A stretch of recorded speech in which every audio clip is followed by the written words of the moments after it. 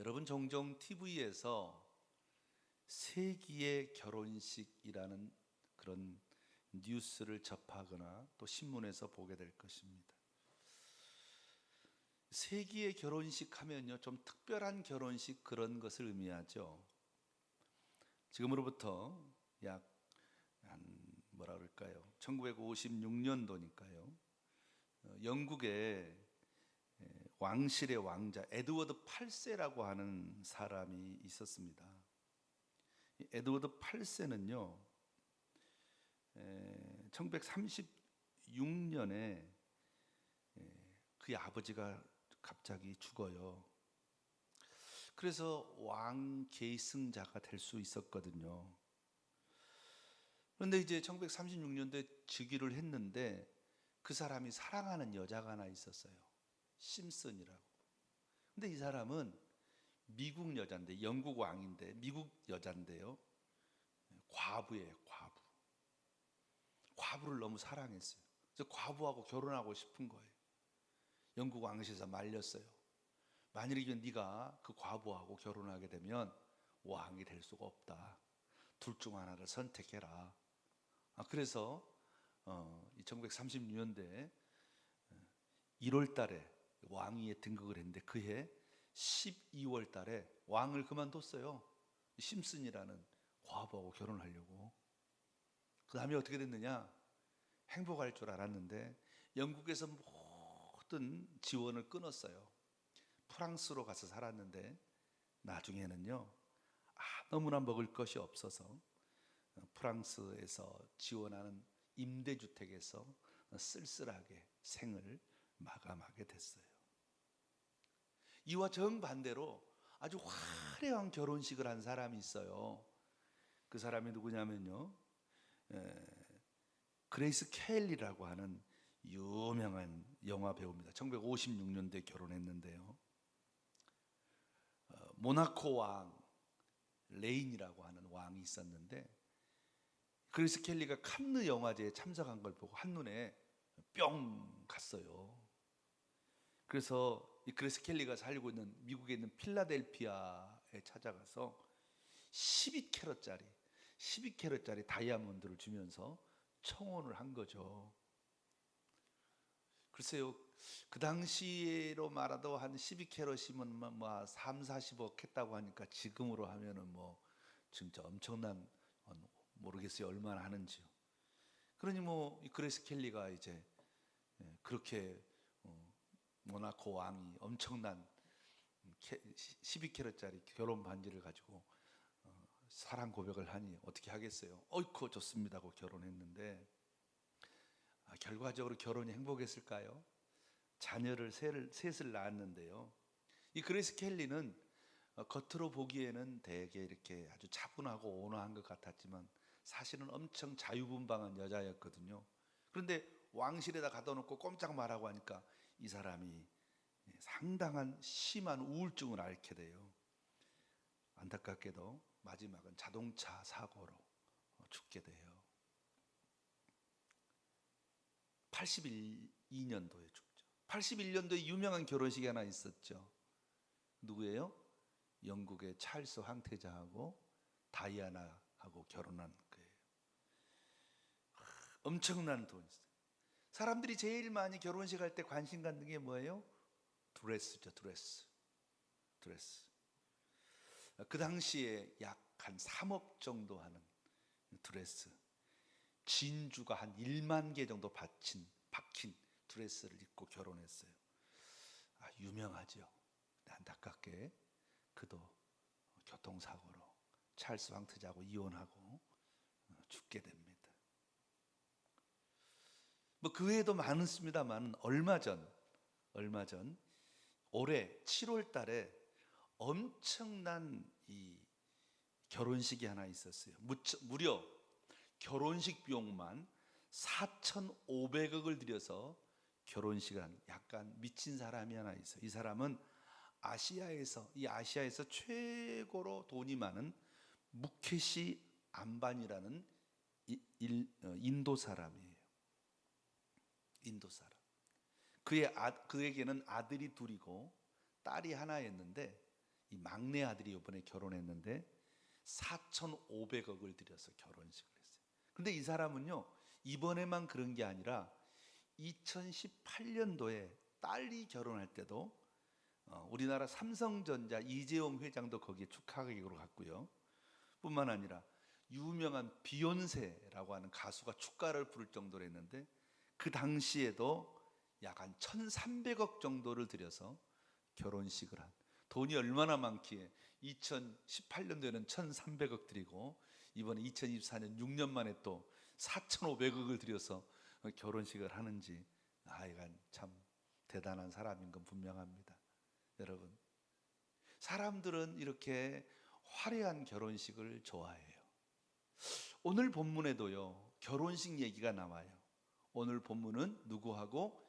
예수님과 우리 교회가 마지막 천국에서 결혼식 한 장면이 나옵니다. 그런데 오늘 이 결혼식은 조금 세상에서 말하는 결혼식과는 아주 좀 다른 장면을 보여주고 있습니다. 어떤 결혼식입니까? 오늘 본문 1절에 보니까 내 마음이 좋은 말로 왕을 위하여 지은 것을 말하리니 내 혀는 글솜씨가 뛰어난 서기관의 붓끝과 같도다 라고 했습니다. 이 말씀은 예수님 오시기 전 약 1000년 전에 예수께서 오셔서 승리하시고 그리고 교회인 신부와 영원히 함께하는 아름다운 승리를 예언하는 말씀입니다. 너무너무 좋아서 이 시편의 기자가 그 환상을 보고 성령의 감동함을 받고 나니까 그 환상이 너무 좋아서 견딜 수가 없어서 뭐라고 그랬어요? 오늘 본문에 서기관의 붓과 같이 이 글을 쓰지 않을 수가 없었다, 그렇게 말해요. 그렇다면 이 아름다운 결혼식은 어떤 결혼식입니까? 첫 번째로는 아주 예수님, 그리스도 신랑 되신 예수님을 높이 찬양하는 결혼식입니다. 높이 찬양하는, 정말로 오직 예수가 찬양을 받으시고 예수님이 영광을 받으시는 그와 같은 결혼식인 것을 말하고 있습니다. 오늘 본문 2절에 보면 왕은 사람들보다 아름다워 은혜를 입술에 머금으니 그러므로 하나님이 왕에게 영원히 복을 주신다, 그렇게 말씀하고 있습니다. 그런데 이분은 왜 이렇게 찬양을 받으신가? 3절과 5절에서 보면 큰 싸움에서 승리를 얻으셨기 때문이다. 어떤 싸움입니까? 죄와 싸워서 이겼습니다. 죄와 싸워서 이기시고 저와 여러분을 영원한 형벌에서 구원하신 영원한 승리자이기 때문에 주님을 찬양할 수밖에 없는 줄로 믿습니다. 그래서 오늘 보면 6절로 7절에서는 이렇게 말해요. 하나님이여 주의 보좌는 영원하며 주의 나라의 규는 공평한 규입니다. 왕의 정의를 사랑하고 왕을 미워하시니 그러므로 하나님 곧 왕의 하나님이 즐거운 기름을 왕에게 붓습니다 라고 말해요. 이 말씀은 히브리서 1장 8절로 9절에도 그대로 인용된 말씀입니다. 사랑하는 성도 여러분, 오늘 본문에 보면 모략이 나오죠, 침향이 나오죠, 육계가 나오죠. 이 말이 무슨 말입니까? 모략과 침향은 시체에 방부제를 바르는 방부제이고요, 뿐만 아니라 이 침향은 알로에 계통이고 육계는 시나몬 계통이라고 말해요. 이 주님께서 이와 같이 이 십자가에서 죽으시고 부활하시고 승리하실 것을 예언하는 말씀이에요. 그래서 죽음에서 승리하시고 죄와 사망을 이기시고 모든 죄에서 우리 모든 사람을, 인류를 구원하신 그 주님을 지금 찬양하고 있어요. 뿐만 아니라 9절에서부터 11절까지는 그 예수님의 헌신과 희생으로 말미암아 구원받은 신부인 교회에 대한 영광을 찬양하고 있습니다. 왕후인 신부는 교회입니다. 그녀는 최고의 금인 오빌의 금으로 꾸몄고요, 이것은 그리스도의 의를 상징합니다. 예수님은 사랑하는 신부에게 하찮은 것을 주시지 않습니다. 왕의 우편에 있다는 것은 사랑과 영예와 권능을 누리게 된다는 뜻입니다. 자, 그런데 이 장면을 어디에서도 분명하게 보여주고 있냐면요, 요한계시록 19장에도 보면 이 어린 양 혼인잔치가 나와 있거든요. 우리 한번 그 19장, 요한계시록 19장을 잠깐 볼까요? 요한계시록 19장 1절에서부터 다는 읽지 않고요, 제가 여러분에게 좀 몇 군데만 찾아서 읽어드리겠습니다. 요한계시록 19장에 어린 양의 혼인잔치가 나옵니다. 그런데요, 이 어린 양의 혼인잔치의 광경이 나와요. 어린 양의 혼인잔치의 광경이 나오는데, 아까 말했던 것처럼 정말로 그 어린 양을 향한 충만한 찬양으로 이루어져 있어요. 거기는 완전히 찬송. 그래서 오늘 본문 19장 1절에도 할렐루야 이렇게 말해요. 또 3절에도 할렐루야 이렇게 말해요. 4절에도 할렐루야 이렇게 말해요. 5절에도 그를 경외하는 자들아, 작은 자나 큰 자나 우리 하나님께 찬송하라. 6절에도 할렐루야. 찬양이 풍성한 그와 같은 혼인잔치입니다. 그 다음에 그러면 거기 나와 있는 신랑은 어떤 분이냐? 우리가 오늘 시편에서는 왕으로 나오고 전쟁에서 승리하신 분으로 나오는데요, 요한계시록에서는 어린 양으로 표현하고 있습니다. 어린 양. 오늘 7절 제가 읽어드릴까요?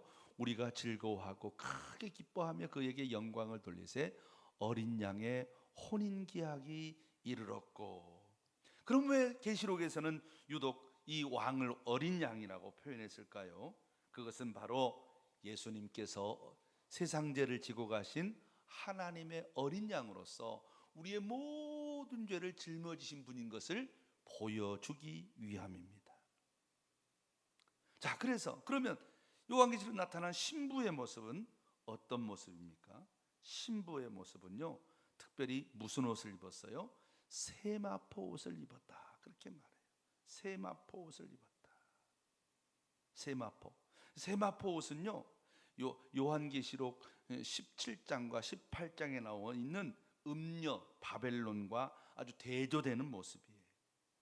신부의 단장은 정결함이죠. 신랑은 무엇을 신부에게 기대합니까?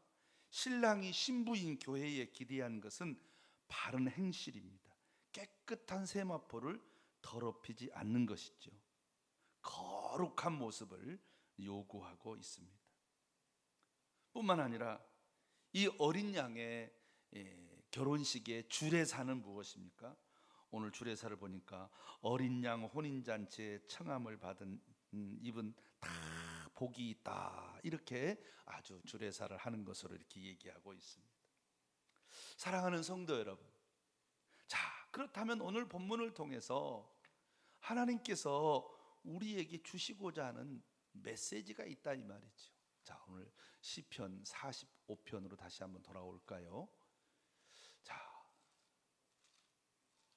오늘 메시지는요, 어디에 나와 있냐면요, 시편 45편 12절에 나와 있어요. 한번 다 같이 한번 읽어볼까요? 다 같이 시작. 두로에 따른 예물을 드리고 백성 중 부한 자도 내 얼굴을 보기를 원하리로다. 여기서 두로의 딸이 누구죠? 두로의 딸. 두로는요, 그 당시에 그 지역에서 가장 부자를 말해요. 부자. 그러니까 두로의 딸이니까 두로의 두로의 공주잖아요. 두로의 공주가 지금 누구를 부러워한다고요? 예수님의 신부인 교회를 부러워한다고. 뿐만 아니라 두로의 공주뿐만 아니라 누구도 또 세상에 누구도 부한 자들도 내 얼굴, 정말 누구를 부러워한다? 이 세상에 부한 사람들이 지금 누구를 부러워하는 거예요? 교회 신부를, 예수님 어린 양의 신부된 교회 성도들을 부러워하고 부러워하고 부러워하고 부러워한다. 아멘. 자, 그런가 안 그런가 성경에서 한번 찾아보겠습니다. 누가복음 16장, 누가복음 16장 19절에서부터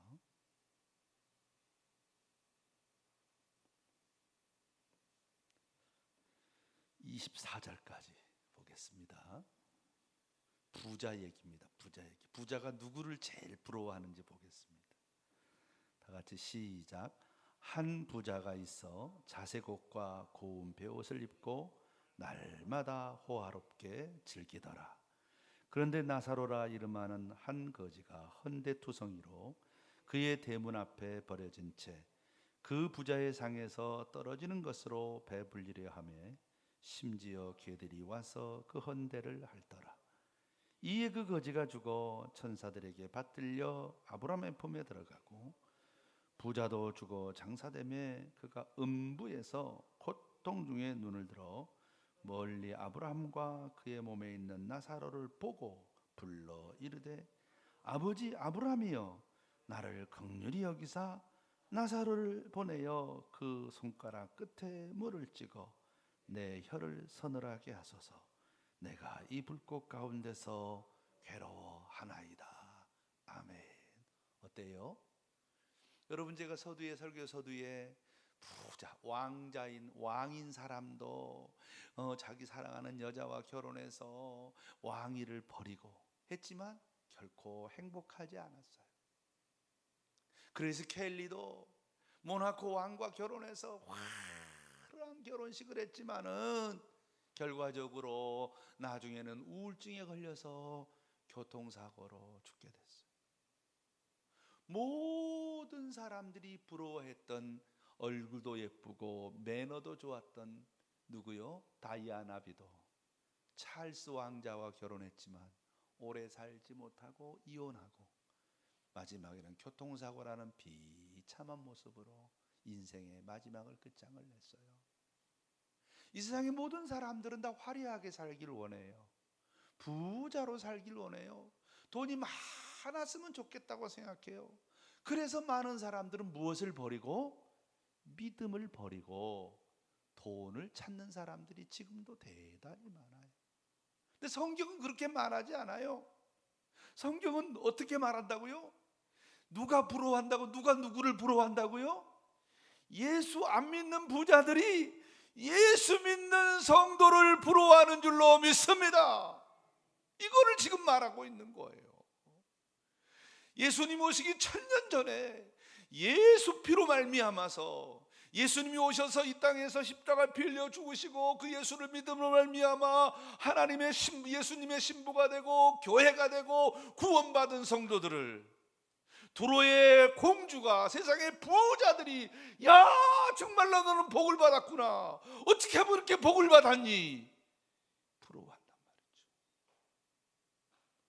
오늘 본문에도 부자가 살아생전에는 돈이 많으니까 엄청나게 잔치를 하고 대단하게 살았는지 모르지만은 그가 마지막 27절 말씀에 보면 그러면 아버지여 구하노니 나사로를 내 아버지에 보내소서. 내 형제 5 있으니 그들에게 증언하게 하여 그들로 이 고통받는 곳에 오지 않게 하소서 하면서 최고로 내가 부러운 사람이 누구다? 나사로다. 나사로가 부럽다 말이야. 여러분, 우리는 나사로처럼 거지는 아니죠.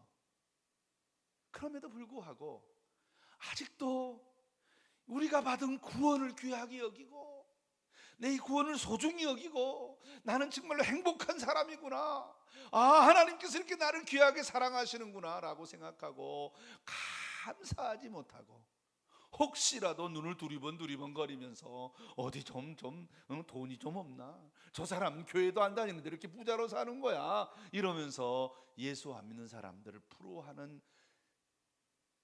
자존심, 주존심이 없는 성도는 우리 교회에 아무도 없으시겠죠?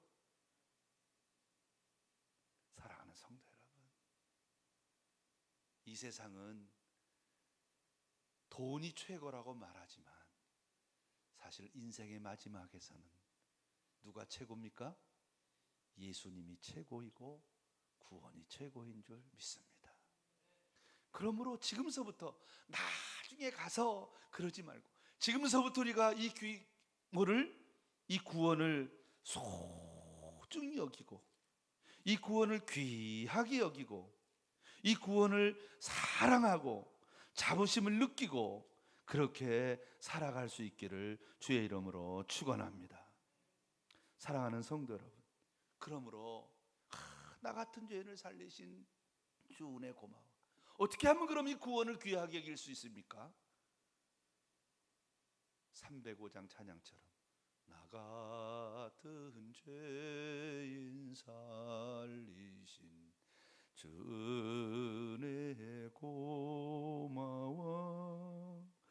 잃었던 생명 찾았고 광명을 얻었네. 구원의 내 앞에 뭐하고? 감사하는 여러분 되기를 주의 이름으로 축원합니다. 첫째로 감사해야 돼요. 두 번째로 자 히브리서 2장을 찾아볼까요? 히브리서 2장 3절 말씀을 찾아보겠습니다.